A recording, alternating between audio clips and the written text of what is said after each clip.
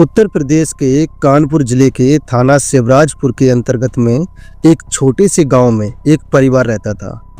इस परिवार में 13 दिसंबर 2024 की शाम को शादी में जाने की तैयारियां चल रही थी, क्योंकि परिवार के सभी लोगों को 13 तारीख की रात नज़दीकी गांव में होने वाली एक शादी में जाना था। लेकिन तभी उनकी 17 साल की बेटी किशोरी ने उन्हें शादी में जाने से साफ मना कर दिया। घर वालों ने उसे काफ़ी समझाया और मनाने की भी कोशिश की, लेकिन वो टस से मस नहीं हुई। आखिरकार जब कोई तरीका नहीं निकला तो 13 तारीख की रात बाकी सभी लोग शादी में चले गए और एक लड़की घर में अकेली रह गई। फिर अगले दिन यानी 14 दिसंबर 2024 की सुबह लगभग 8 बजे जब यह परिवार शादी से वापस लौटा तो उन्होंने घर का दरवाज़ा खटखटाया, लेकिन उनकी बेटी किशोरी दरवाज़ा नहीं खोल रही थी। तो काफ़ी देर तक दरवाज़ा खटखटाने के बाद परिवार को चिंता होने लगी। इसके बाद शक होने पर उन्होंने दरवाज़ा तोड़ दिया और अंदर जाते ही जब उन्होंने बेटी के कमरे का दरवाज़ा खोला तो उनकी चीख निकल गई। दरअसल इनकी 17 साल की बेटी किशोरी, जो कक्षा 12वीं की छात्रा थी, जिसने शादी में जाने से मना कर दिया था, वह अपने कमरे में अपने बेड पर मृत अवस्था में पड़ी थी। घर वाले जब इस लड़की के पास जाकर देखते हैं तो पता चलता है कि इसकी सांसें नहीं चल रही थी और सर्दी के कारण उसका शरीर भी अकड़ गया है। इससे भी बड़ी बात यह है कि यह लड़की नग्न अवस्था में पड़ी हुई थी, यानी कि जिस वक्त पर इसके परिवार वाले वापस आए तो उन्होंने देखा कि उनकी लड़की के शरीर पर एक भी कपड़ा नहीं है, जिसे देखकर घर वाले चीखने चिल्लाने लगे। यह चीखने चिल्लाने की आवाज़ें सुनकर पड़ोस के बाकी लोग भी वहां पर इकट्ठा हो जाते हैं, पर किसी को समझ नहीं आ रहा था, क्योंकि रात तक तो यह लड़की बिल्कुल ठीक थी। फिर अचानक रात भर में ऐसा क्या हो गया। इसी दौरान पड़ोस के एक शख्स ने यह दृश्य देखकर इस मामले की तुरंत पुलिस को सूचना दे दी। थोड़ी ही देर में कानपुर पुलिस मौके पर पहुंची और जांच पड़ताल शुरू कर दी।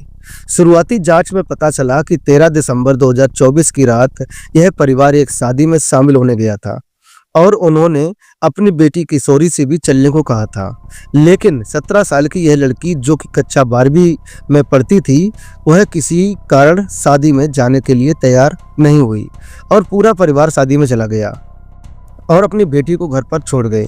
साथ में एक रिश्तेदार की 5 साल की बेटी भी छोड़ गए ताकि दोनों बच्चियां साथ में रह सकें, क्योंकि परिवार को लगा कि यह सुबह तक वापस आ जाएंगे। पुलिस को शुरुआती जांच में इतना ही पता चला, लेकिन जब पुलिस ने तफ्तीश शुरू की तो पता चला कि लड़की पिछली रात 7 बजे तक ठीक ठाक थी और यह बात उसके साथ रुकी 5 साल की बच्ची ने भी बताई। उसने कहा कि दीदी 7 बजे तक बिल्कुल ठीक थी, लेकिन उसके बाद क्या हुआ मुझे नहीं पता, क्योंकि मैं सो गई थी। इसके बाद पुलिस जांच शुरू कर देती है, क्योंकि लड़की का शव नग्न अवस्था में पड़ा मिला, जिसके आशंका होती है कि उसके साथ कोई तो अपराध हुआ है।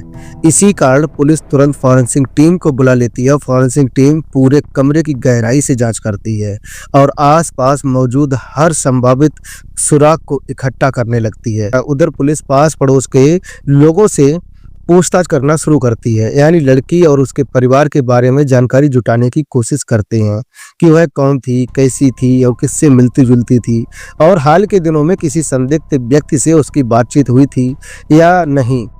स्थानीय लोगों से सीधे और सहज भाषा में सवाल किए जाते हैं ताकि वे खुलकर अपनी बात कह सकें और जांच में मदद मिल सके।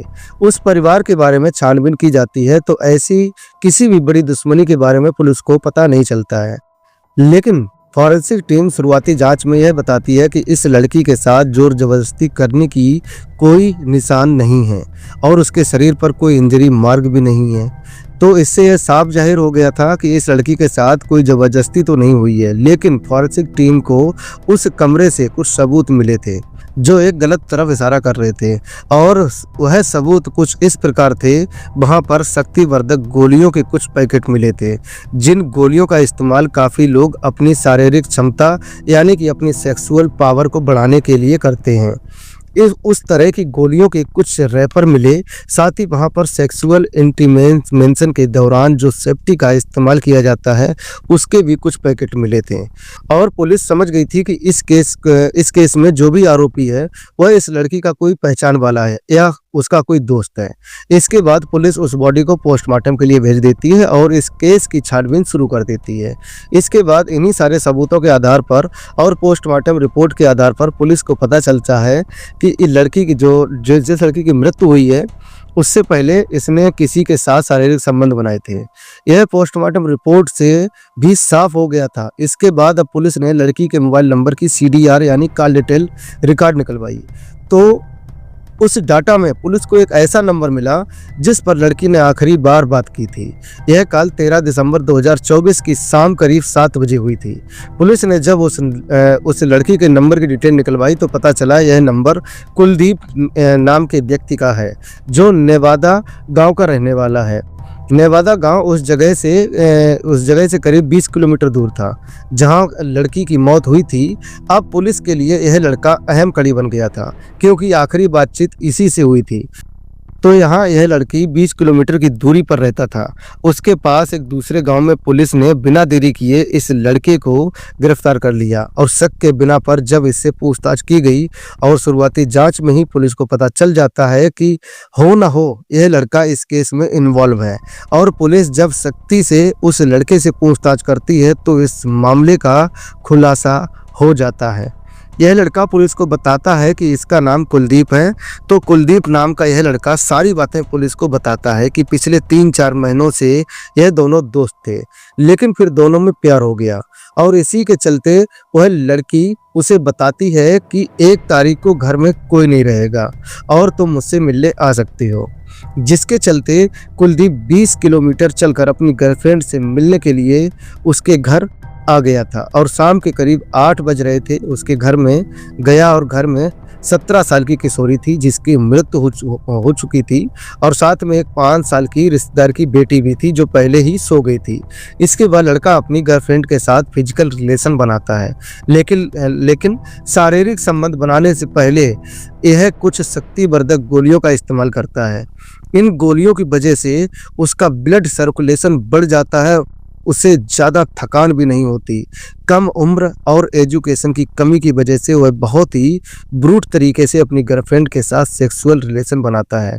इसी वजह से उस लड़की को सर्दी भी लग रही थी और कुछ अंदरूनी चोटें भी आईं क्योंकि मौसम ठंड का था। साथ ही उस लड़के ने बताया कि रात 8 बजे से सुबह 3 बजे तक उसने अपनी गर्लफ्रेंड को एक भी कपड़ा पहनने नहीं दिया, जिससे उसकी हालत और भी खराब हो गई।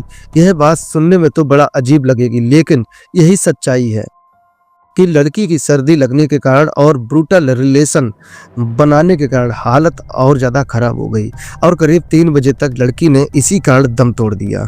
इसके बाद लड़के ने उसे बचाने की पूरी कोशिश की और चूल्हा भी जलाया कि शरीर गर्म हो जाए, लेकिन कुछ काम नहीं आया। और जब उसने देखा कि मामला हाथ से निकल चुका है तो वहाँ से भाग लिया।